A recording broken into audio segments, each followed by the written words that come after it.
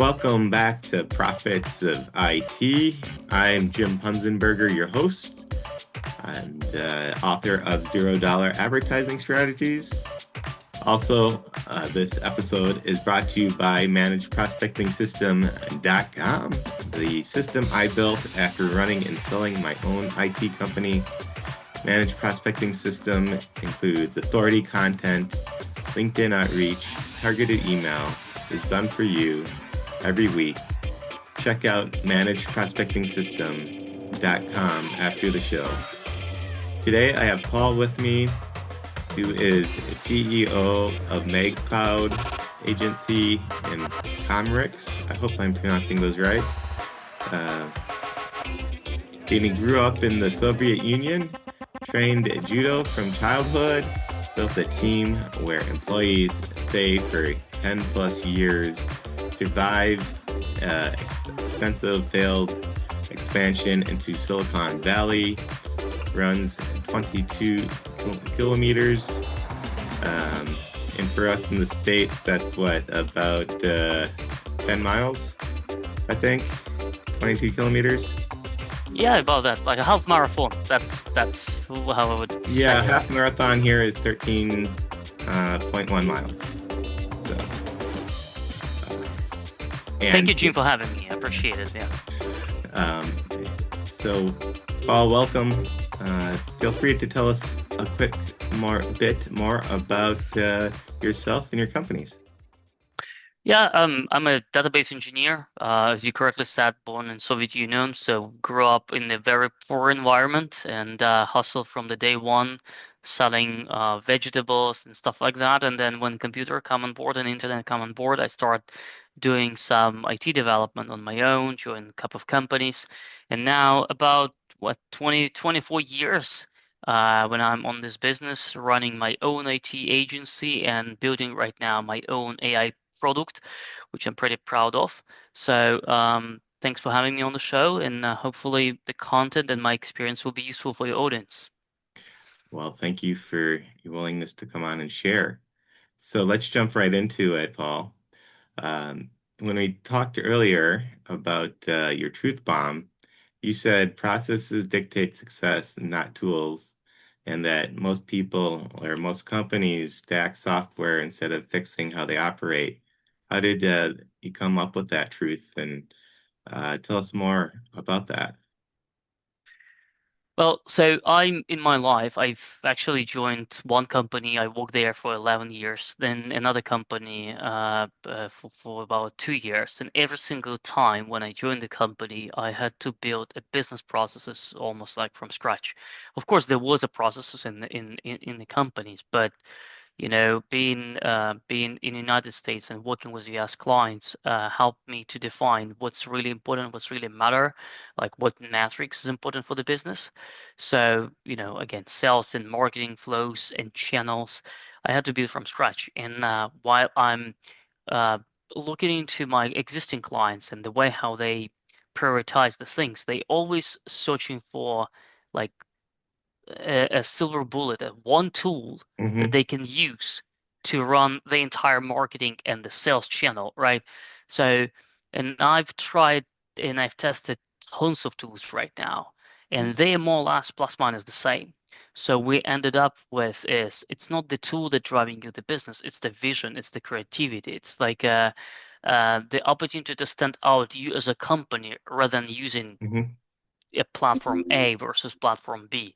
So nowadays, in our company, so I realized that just a cold outreach, etc., not gonna work. So we're utilizing maybe 3 or 4 different tools in our pipelines. It's not one single tool, but we're connecting this all together. And the processes of getting content done, getting content delivered, and shipped to the clients and the quality of the content it absolutely needs to be in place. And so the processes are right now, in my opinion, beating any automations. You can automate almost everything, but the processes within the company, it's a key for your success nowadays. The tool would not replace the people. Mm-hmm. Tools just basically tools just the tools. that makes sense. So let's jump into your superpower now, Paul. And you mentioned that you grew up in the Soviet Union and started judo as a kid. You said talent alone is never enough. How did you learn that through judo, and how did that apply in business?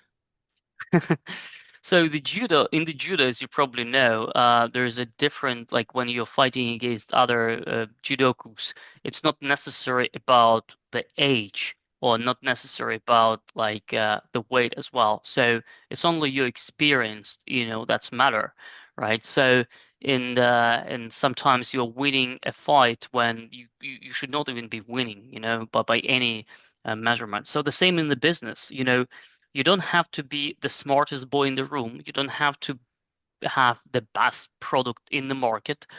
You have to have a consistency in the way how you outreach people. You have to have a consistency about what's the strengths of your product, and you have to have a consistency in the system of staying connected with your audience.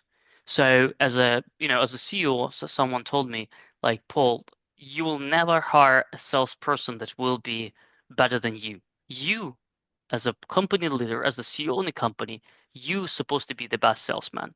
And obviously having a system in place that I'm personally proud of, consistency, a certain the calendar of look back in time, look back on the prospects that you are reaching, etc. Like stay connected. So if I'm looking right now on the pipeline and conversation that I'm having, sometimes I'm having conversation with a client that we started conversation 6 years ago.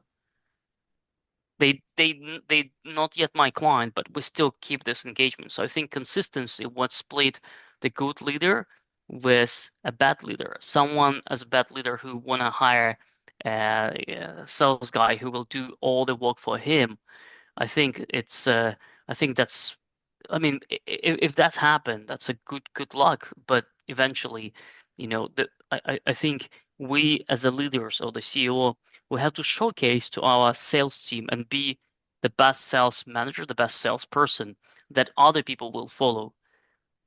So the way how you market your service, the way how you pitch the service, is supposed to be a very sort of like unique with your own passion. There's no one will drive as much passion as you Hmm. marketing your services. So that's why consistency, I think, beats everything. Sometimes you have 12 emails I'm sending, I have no reply. But if I want to win the client, I will send the shooting, you know, Yeah, and I will get 10 no's before I get one yes. So you have to remember that market shifting priorities, shifting people have their own, troubles. If they're not replying, does not mean they ignore you. It right. means just that's not the right time. So I think that's what I think, what I've learned over the years of my career being in sales and marketing. Very much so that consistency is very important. And also, I'd like to touch on uh, you're built a business with employees that are super loyal in a field that is typically, you know, people typically are constantly chasing the next shiny object career, and but yours have stayed 10 plus years. How did you build such loyalty in a, in a field that typically is have very short people have very short stints at companies? You know what? I think the funny story in this case, in my first company, when I tried to build a loyalty, I've done this in a different way, where I start paying for the gym trainings, for the English courses and stuff like that. So covering a lot of like a noise, we built a room for playing like PSP and stuff like that, PlayStation room.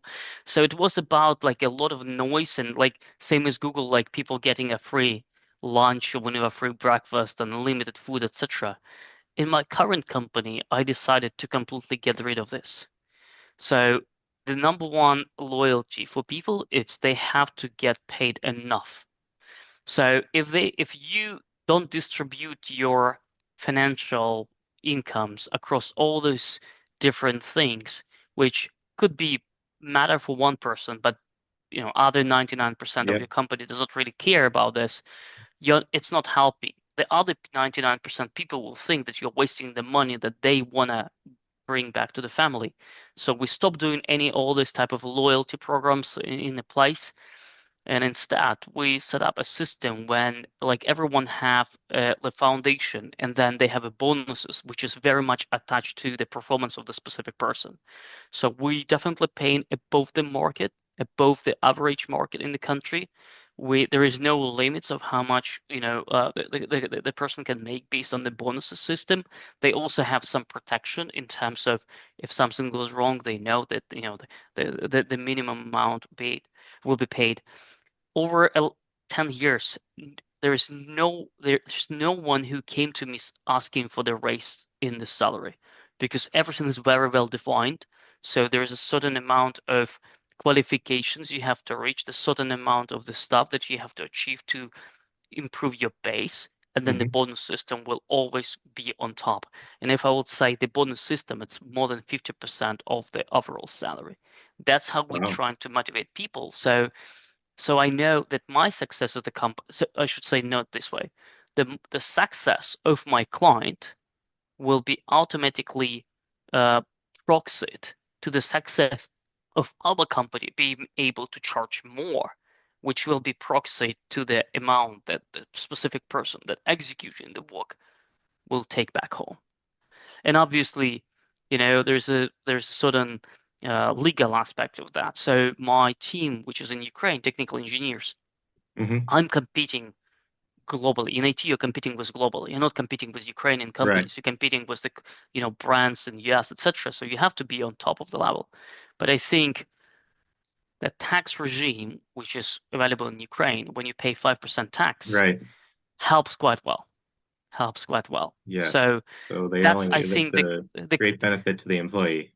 exactly. So the combination of those different factors, when you read, like again, like if situation in the company is not as good, I'm just like telling guys like, hey, that's the situation.